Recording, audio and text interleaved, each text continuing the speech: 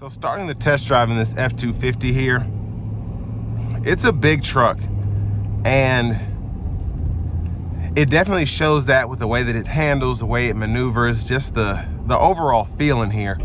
But it's not something that I consider relatively difficult to drive, but you do want to make sure that your mirrors are in place, that your visibility is at 100%, because this is a longer vehicle, a wider vehicle, and a taller vehicle than something that most people are used to driving. Now, of course, with that comes the capability that you get in terms of, especially with construction, something that you can use on an everyday basis for what you're going to be needing. So whether that's with payload, if you need to put cinder blocks in the back, or whether that's with your 22,000 plus towing capacity, whether you have to tow behind a light machine or something like that for construction usage, you're able to do that no problem.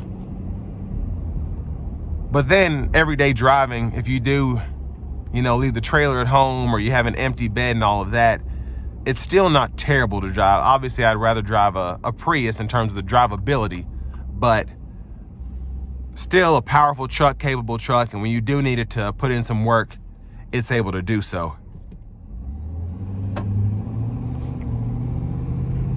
Now, in terms of drive modes, you have eco, you have normal, you have a tow haul mode, a slippery mode. I think you might have an off-road oriented mode, but no sport mode. Still in the normal mode, this thing pulls, and even in eco mode, it has quite enough power for everyday driving.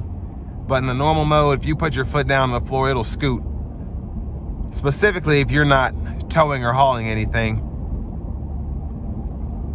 Now, if you're used to driving a heavy-duty truck every day, you probably won't struggle driving this. But again, if you're used to driving a smaller vehicle, like most of us are, and you get behind the wheel of one of these, especially as a daily driver in traffic, it's not the best, but it's also not terrible.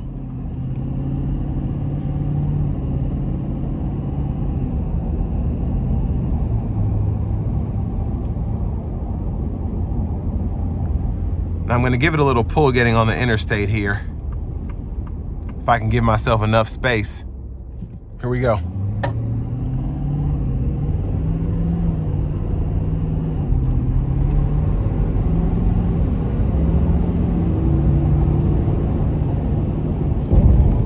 Yeah, this thing definitely scoots, and I wasn't even close to giving it full power.